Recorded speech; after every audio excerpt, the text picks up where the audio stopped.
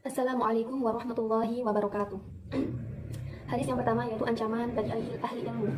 Bismillahirrahmanirrahim. Haddatsana Musa bin Ismail, haddatsana Hamadun, akhbarana Ali bin Al-Hakam, an an Abi Hurairah qala qala Rasulullah sallallahu alaihi wasallam, man su'ila an ilmin fakatamahu al-jawahullahu bil jamin bin narin yaumal qiyamah, yang artinya telah menceritakan Musa bin Ismail, telah menceritakan Hamadun, telah mengabarkan Ali bin Al-Hakam dari Abu Hurairah berkata Rasulullah SAW bersabda, barang siapa yang ditanya tentang ilmu barang siapa yang ditanya mengenai suatu ilmu namun ia menyembunyikannya, maka ia akan dicambuk dengan cambuk api neraka pada hari kiamat.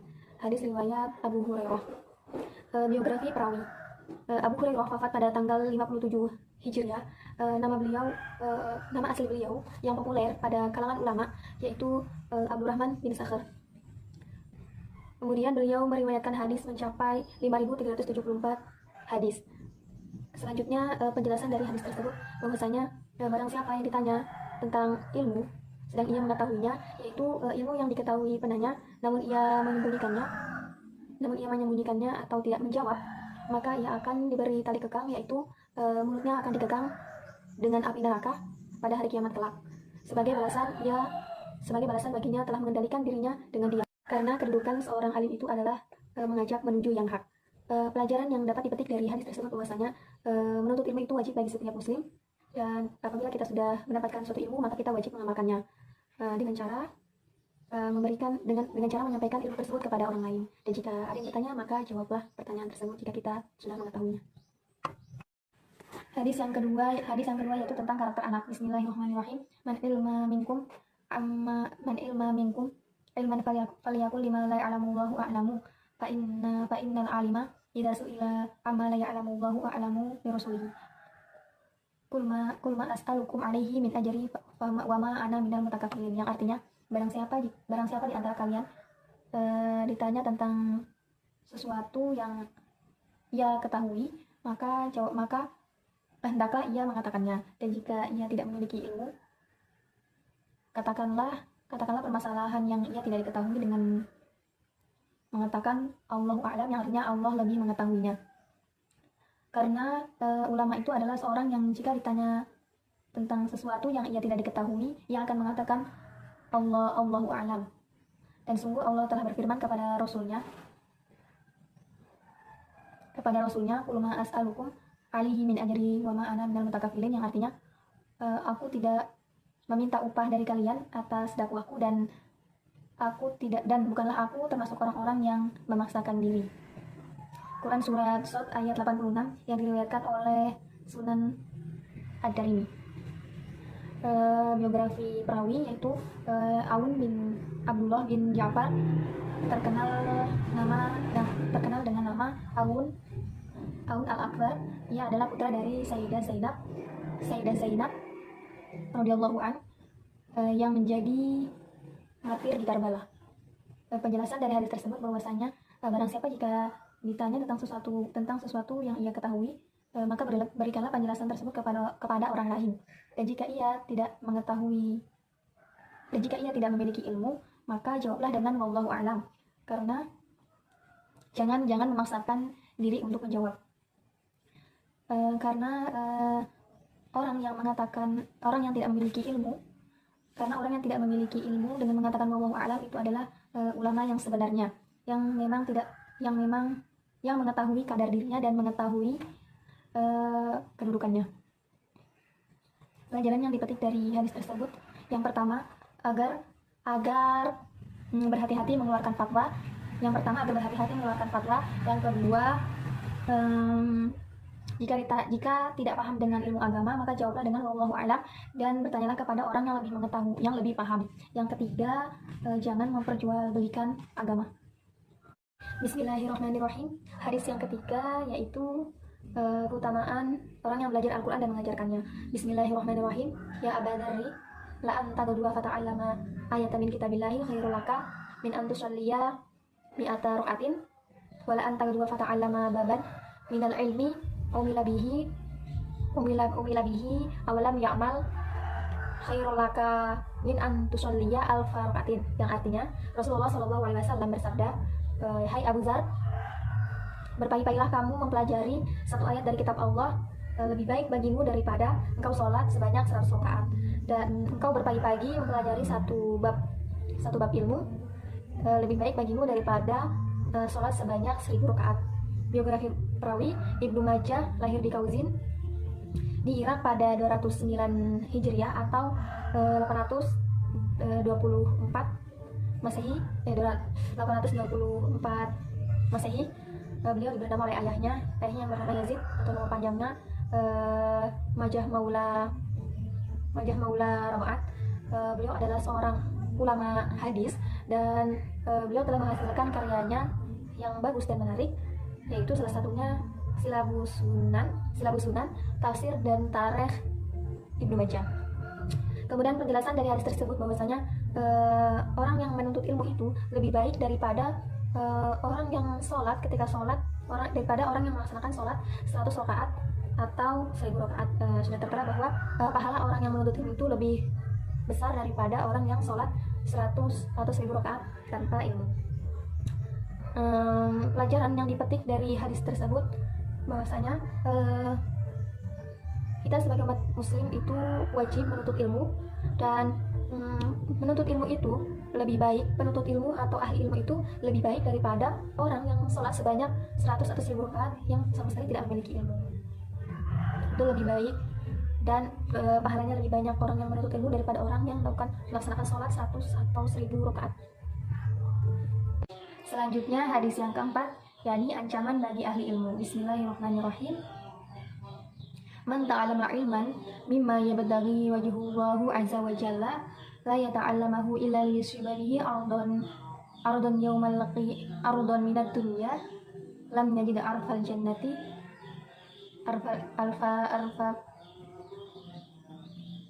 lam yajid arfal jannati yawmal qiyamati, yakni rihaha, yang artinya Rasulullah SAW bersabda,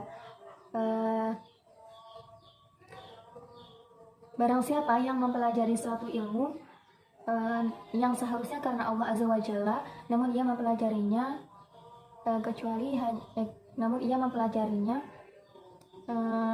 hanya untuk sebagian dunia, maka ia tidak akan mendapatkan baunya surga pada hari kiamat. Selanjutnya penjelasan dari hadis tersebut bahwasanya Ibnu Atta rahimahullah ketika menjelaskan orang yang berniat selain karena Allah ketika mencari ilmu, Allah akan menjadikan ilmu yang diberikan kepada orang-orang tersebut, yang kepada orang-orang yang niatnya tidak ikhlas, Allah akan jadikan alasan untuk membinasakan dia. Jangan mudah tertipu dengan banyaknya orang-orang yang hadir, yang hanya untuk memanfaatkan ilmu-ilmu yang benar. Contohnya orang yang menuntut ilmu karena dunia dan hanya untuk mencari kedudukan, popularitas, dan hanya untuk mencari pujian manusia, maka itu termasuk orang yang durhaka. Bukan karena ilmunya atau amalnya, namun bukan karena ilmu atau amalnya, namun dari niatnya saja sudah dihitung oleh Allah Subhanahu wa taala. Pelajaran yang dipetik dari hadis tersebut, para muslim hendaknya menyeimbangkan antara dunia dan akhirat. Jangan hanya mementingkan karirnya saja, tetapi juga perannya dalam bermasyarakat, yakni dengan cara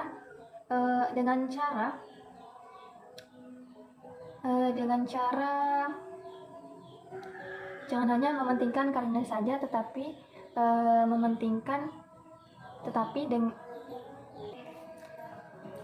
perannya dalam bermasyarakat dengan cara berkontribusi untuk mewujudkan Islam rahmatan lil alamin, sehingga terwujudnya keharmonisan dalam bermasyarakat. Selanjutnya hadis kelima, yaitu pengaruh dari teman dekat. Bismillahirrahmanirrahim. Qala Rasulullah sallallahu alaihi wasallam, almaru ala dini khaliluhu man yakhalati wa qala mu'malun man yakhalilun. Yang artinya Rasulullah sallallahu alaihi wasallam bersabda, agama seseorang sesuai dengan agama teman dekatnya. Hendaklah kalian melihat siapa yang akan menjadi teman dekatnya. Hadis riwayat Abu Daud dan Tirmidzi. Penjelasan dari hadis tersebut, Al-Ghazali rahimahullah mengatakan, bersahabat dan bergaul dengan orang yang pelit akan mengakibatkan kita tertular pelitnya. Sedangkan berteman dengan orang yang zuhud akan membuka kita ikut juga zuhud dalam dunia. Karena memang asalnya seseorang akan mencontoh teman dekatnya. Oleh karena itu pandai-pandailah memilih teman bergaul, dan jauhilah teman yang jelek perangainya. Atau jika kita tidak bisa merubah mereka, kita jangan mudah terhanyut. Mungkin saja kita boleh berteman, tetapi jangan sampai kita terbawa arus. Contoh teman yang jelek yaitu malas sholat, mengaji, malas sholat, mengaji, dan masih banyak contoh lainnya. Kemudian pelajaran yang dipetik dari hadis tersebut, yang pertama,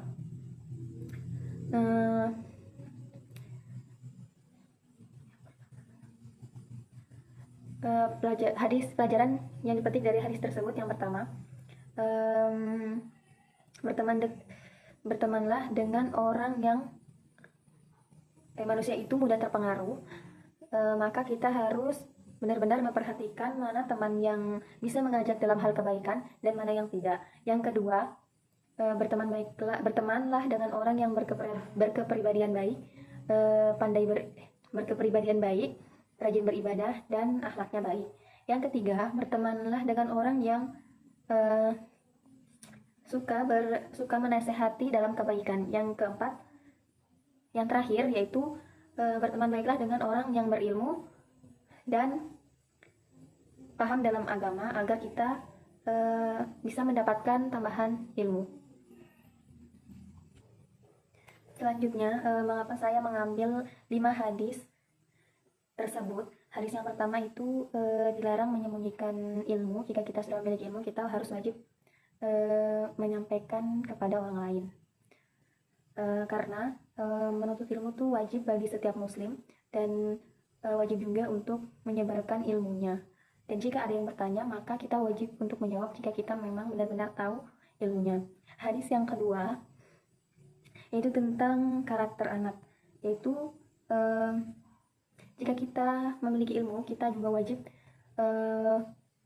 menyampaikannya. Dan jika kita tidak tahu ilmu tersebut, maka hendaklah kita mengatakan, karena jika kita tidak tahu ilmu tersebut, maka kita harus mengatakan wallahu a'lam, yang artinya hanya Allah yang tahu.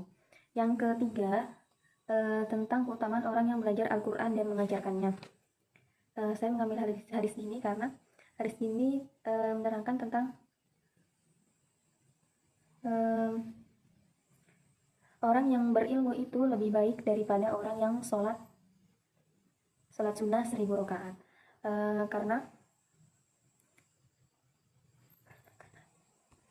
Karena dari sini kita bisa tahu bahwa orang yang berilmu itu pahalanya lebih besar dibandingkan orang yang sholat 1000 rakaat, sholat sunnah 1000 rakaat.